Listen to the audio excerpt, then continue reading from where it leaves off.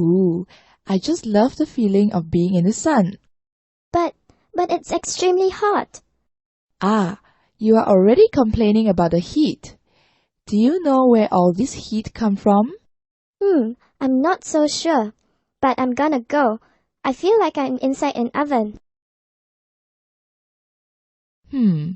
Such good weather and you are running away. Let's imagine that we are indeed inside an oven. Where do you think the heat comes from? I'm not too sure. An oven needs electricity to run, so I reckon that heat is produced by electricity. Yeah, electricity is the main source of heat for an oven. Now, let's step out into the open. Look around you. Where do you think all this heat come from? Could it be the bench? Or the sea? What about the birds? The sun! It's so bright. Wow, you are correct. The sun is our main source of heat on Earth. The sun produces heat to keep us warm. But what happens at night? I don't see the sun, but I do not freeze either. Nevertheless, you will feel cooler at night. You do not freeze because the heat that reaches the Earth in the day continues to keep the Earth warm at night. We do not depend solely on the sun for heat. Like animals and plants, we are able to produce our own heat to keep ourselves warm. You mean we just simply produce heat? Yes, the food that we eat provides us with the energy to produce heat.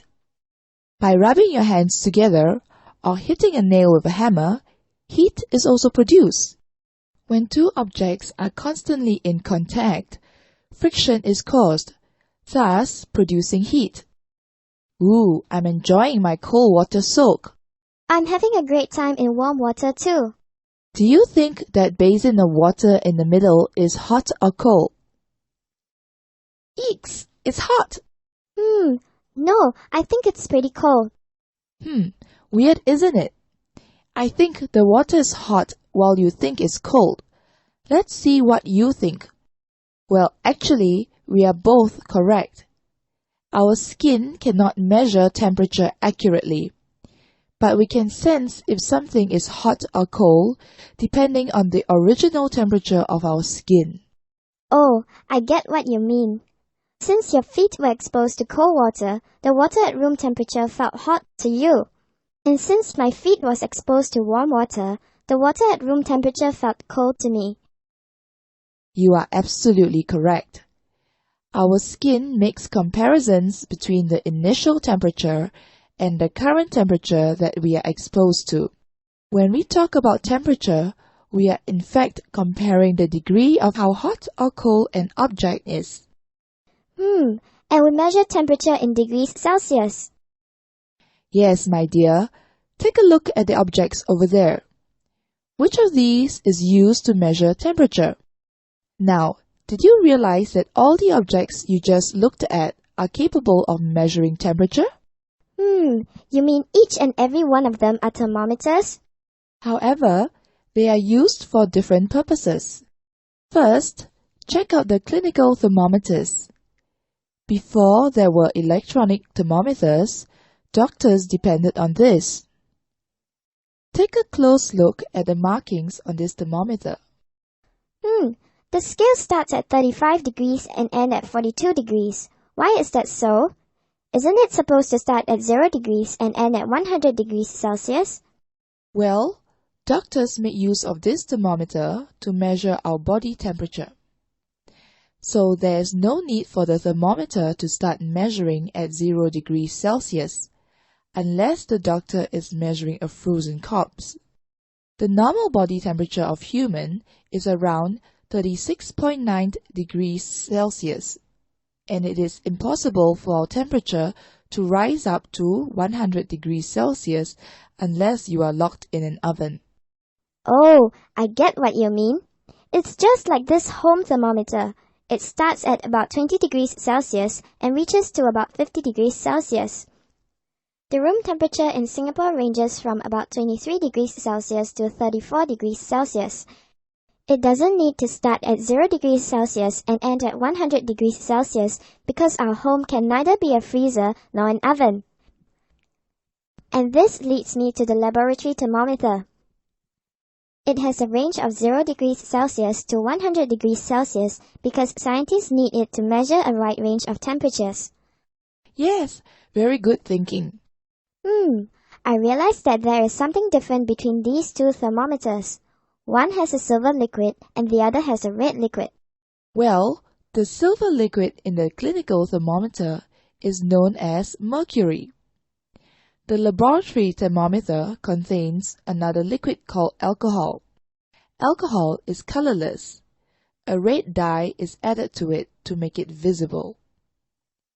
The liquid expands and contracts and therefore rises and falls depending on the temperature it is exposed to. Now, you have to show me how you are going to measure this glass of hot water. I've never tried this before. Oh, you cannot place an electronic object into water. Okay, let's see. I'll use this then. That's not good either. Remember the temperature range that a clinical thermometer measures? Oops, sorry. Clearly the temperature of this glass of water is quite high, so I must make use of a laboratory thermometer instead.